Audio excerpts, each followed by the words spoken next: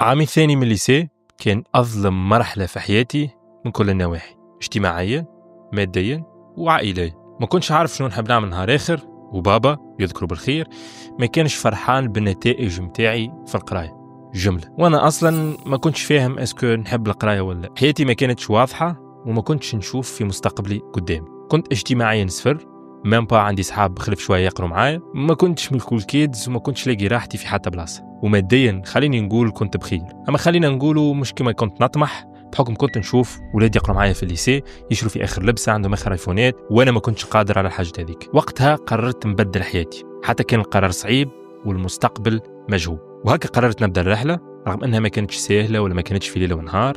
كانت رحلة طويلة بمئات الدروس اللي تعلمتهم بالطريقة الصعيبة. واليوم باش نشارك معاك قصتي للخ، وباش نحكي لك زاد على دومين اللي بدل لي حياتي 180 درجة. كيفاش من شاب ضايع اجتماعيا وماديا وسط برشا ضغط عائلي وصلت باش نحقق حلمي كفريلانسر، نعيش العيشة اللي نحبها، نعمل اللي نحب وقت ما نحب، وخلينا نقولوا ندخل في أكثر من 10 ملايين كل شهر. وقتها كان عمري 16 سنة وحياتي كانت مضببة من كل النواحي.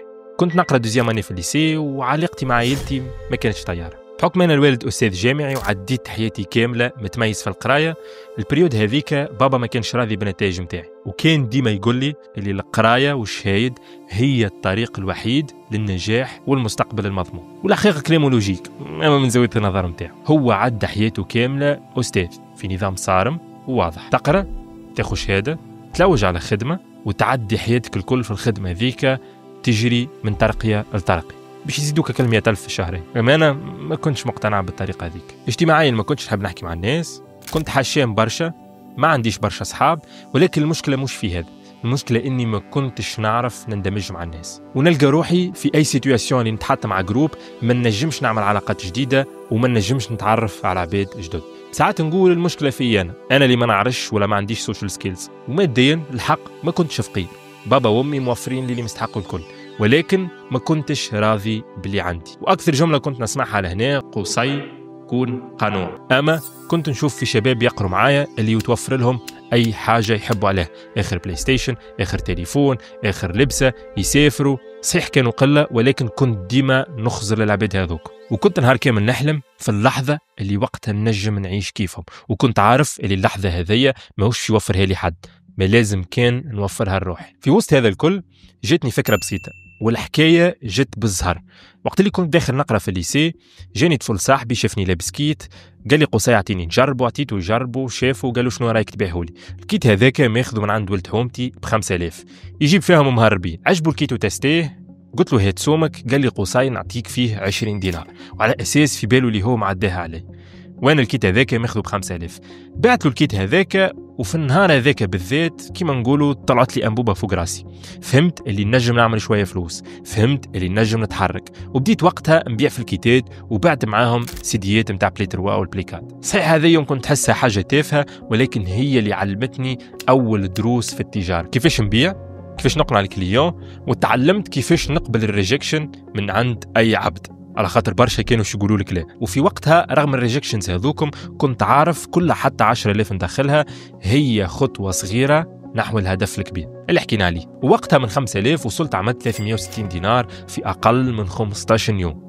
الهدف وقتها كان إن نشري كلافييه وسوري يشعلوا بالضوء، وحسيت إني نجم نعمل أكثر فلوس. ولكن للأسف وقتها جت الكورونا مسكرت الدنيا وما عادش نجم نعمل حد شيء. خليت الفلوس هذوكم عندي، شريت بها مش نوع حبيت نشري، خليت تحتي شوية فلوس. ولكن الثقة اللي خذيتها في نفسي بعد البيعان تاع السيديات والفلوس اللي دورتها في 15 يوم، حسيت اللي فما حاجة أخرى نجم نعملها. بديت نبربش في الانترنت وقلت أكيد فما دومين نجم ندخله ونعمل منه فلوس من الدار. كأيها الناس أول حاجة عملتها في الجوجل كتبت how to make money online، وعرضوني برشا بزنس مودلز. هاو اللي يقول لك اعمل سيرفيز، هاو اللي يقول لك اعمل دروب شيبينج، هاو اللي يقول لك اعمل اذيكا، هاو كريبتو. وكنت مانيش فاهم شنو باش نعمل بالضبط، الى ان طاح ما بين عينيا كلمه فريلانس. ولهنا بدات الرحله الحقيقيه في عالم الدومين هذا. كي بربشت عرفت اللي فما ناس يخدموا من ديارهم، يخدموا في خدمة صحيحة وقانونية ويدخلوا في الملايين كل شهر. وكنت نقول شنو الفرق ما بيني أنا وبينهم؟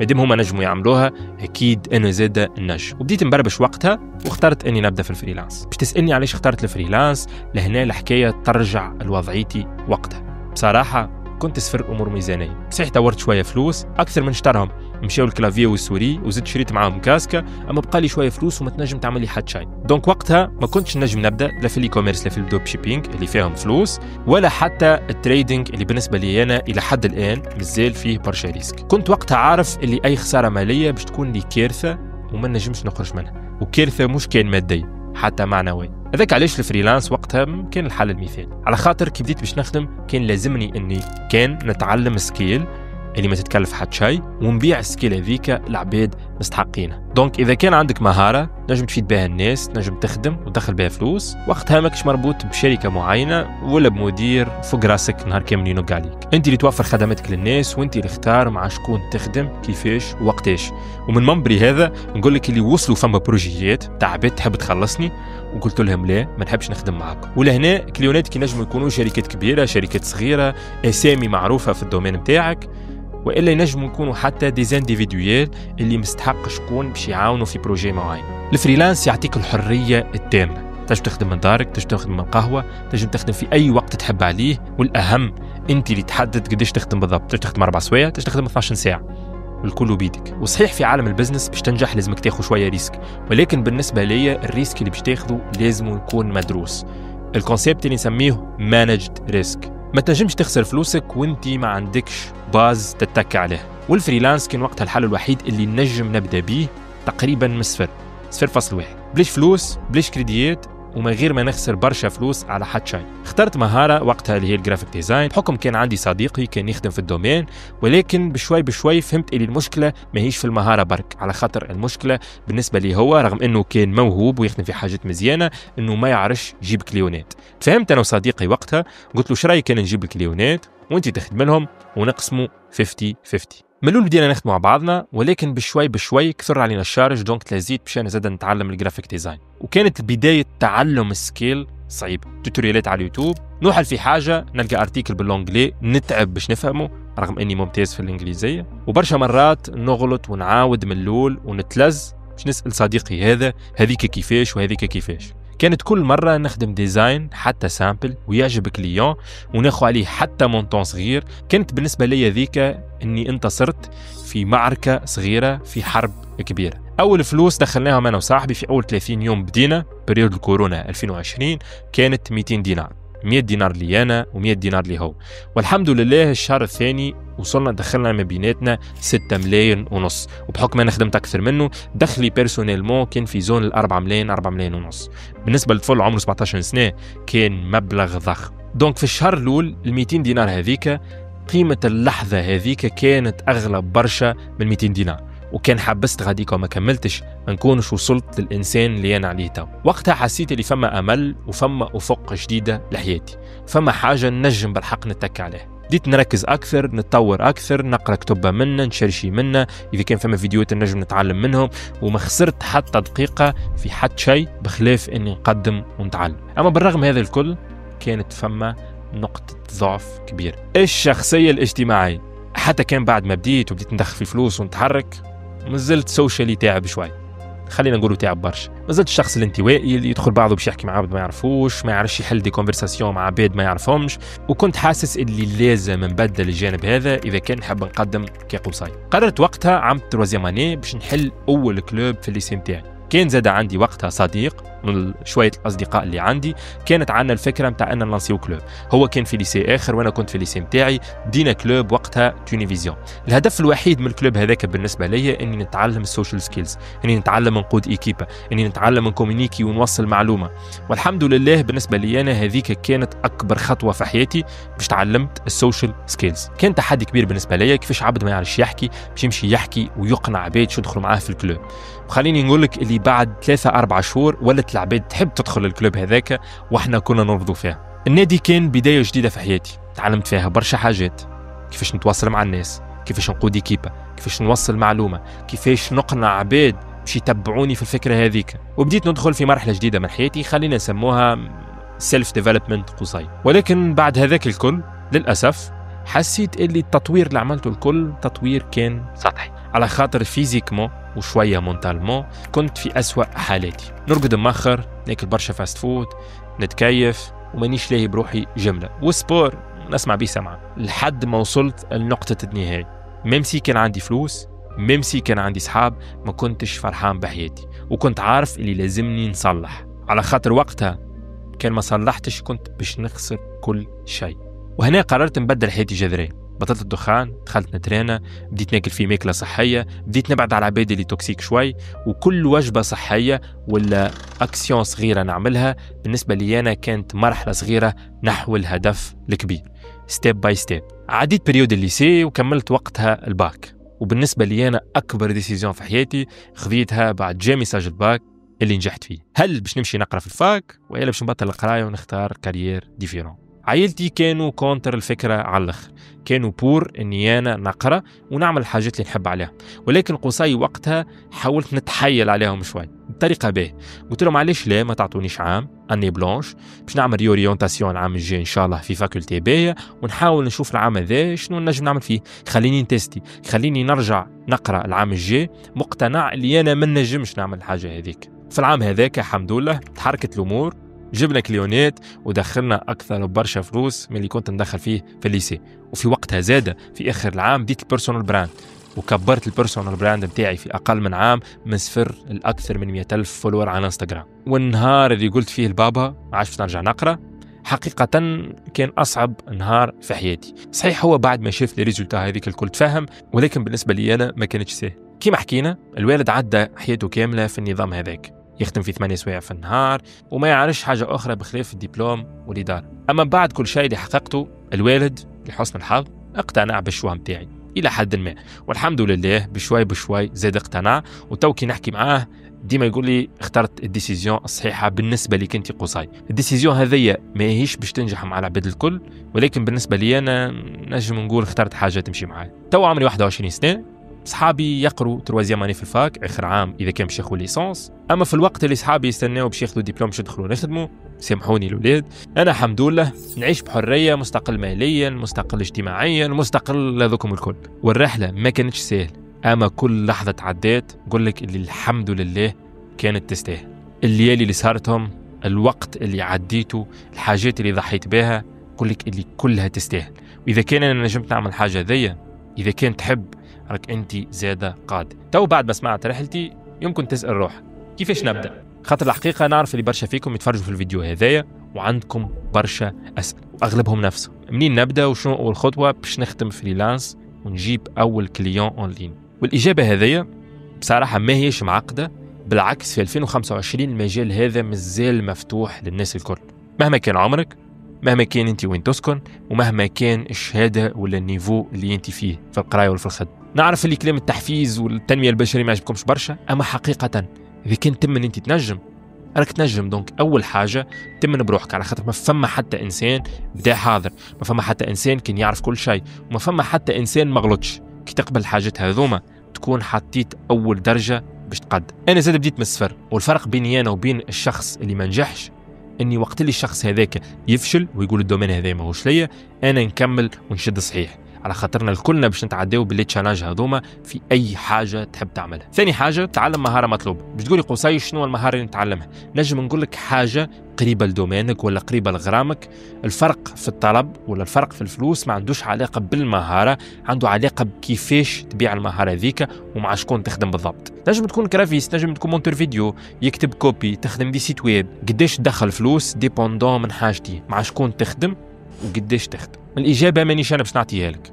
قصي شنو الحاجه اللي تتماشى معاي، انت تعرف روحك اكثر. دونك خذ فكره على المجالات هذوما الكل وحاول اختار اكثر حاجه ترتاح لها، خاطر اذا ما تحبش الحاجه اللي تخدم فيها راك باش تبطل وباش تفقد الامل في اقرب مشكله تصير لك. انا مثلا من الاول بديت في الجرافيك ديزاين، ومن بعد بشوي بشوي بديت نكتشف في حاجات جديده وفتحت عيني على مجالات اخرى وبدلت دوميني بشوي بشوي. ثالث حاجه استثمر في روحك. نعرف توا راك قاعد تقول كيفاش نجم نستثمر في روحي. اليوم التعليم ما عادش محصور لا في الليسي لا في الفاك، الانترنت معبيه بالمصادر اللي تنجم تتعلم منها. اما خليني نقول لك المصادر المجانيه مش بالضروره احسن سوليوشن. علاش؟ على خاطر عاده المعلومات المجانيه تكون عشوائيه. تبدا فيديو هنا ما تكمل الشطر وتتعدى فيديو عند عبد اخر، تشوف نظره فلان اللي يحكي في شيء اخر جمله، تحاول ترجع للفيديو هذايا وما تكونش عندك رود ماب درجة باش تتعلم الحاجة هذيك، وتطيح في متاهة المعلومات من غير ما توصل لحد شيء اللي تتسمى المنتل ماستربيشن.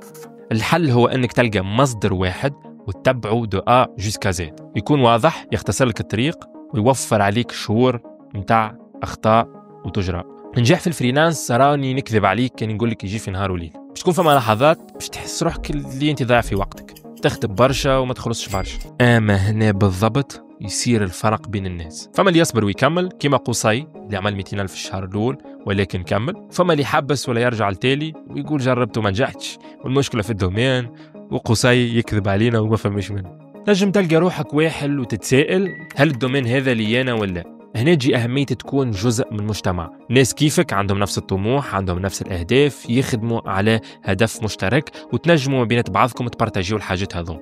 أما لازم اليوم تبدأ رحلتك، مش غدوة، مش بعد غدوة، مش الشهر الجاي.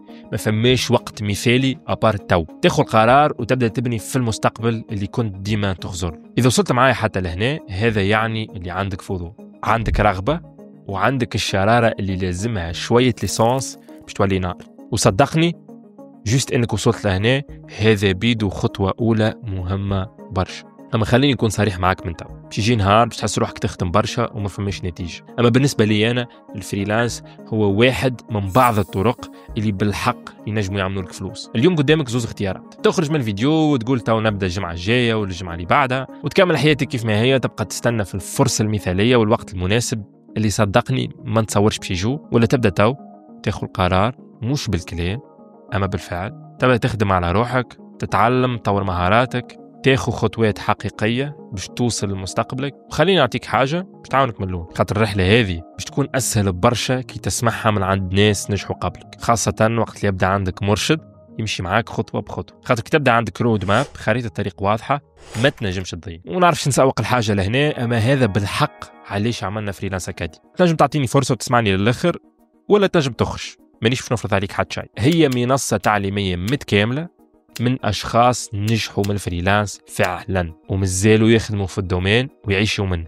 مش واحد يبارتاجي لك في اكسبيريونس تاع 10 سنين للتالي. خليني نحكي لك شنو باش تلقى في فريلانس أكاديمي. خليني نبدا لك بالمحتوى المسجل، كورس كاملة اسمها فريلانس ماستري اللي باش تفسر لك كل شيء على الفريلانس، تعريف الفريلانس، كيفاش تختار سكيل اللي تمشي معاك، كيفاش تجيب كليوناتك، كيفاش نيغوسي معاهم، كيفاش تخلص في تونس، وكيفاش نهار اخر تكبر الكيبا نتاعك وقت اللي يكثر عليك الشارج. والكورس الثانية صناعة المحتوى كونتنت كرافت، باش تعلمك كيفاش تصنع محتوى يوصل للمئات الالاف نتاع العباد.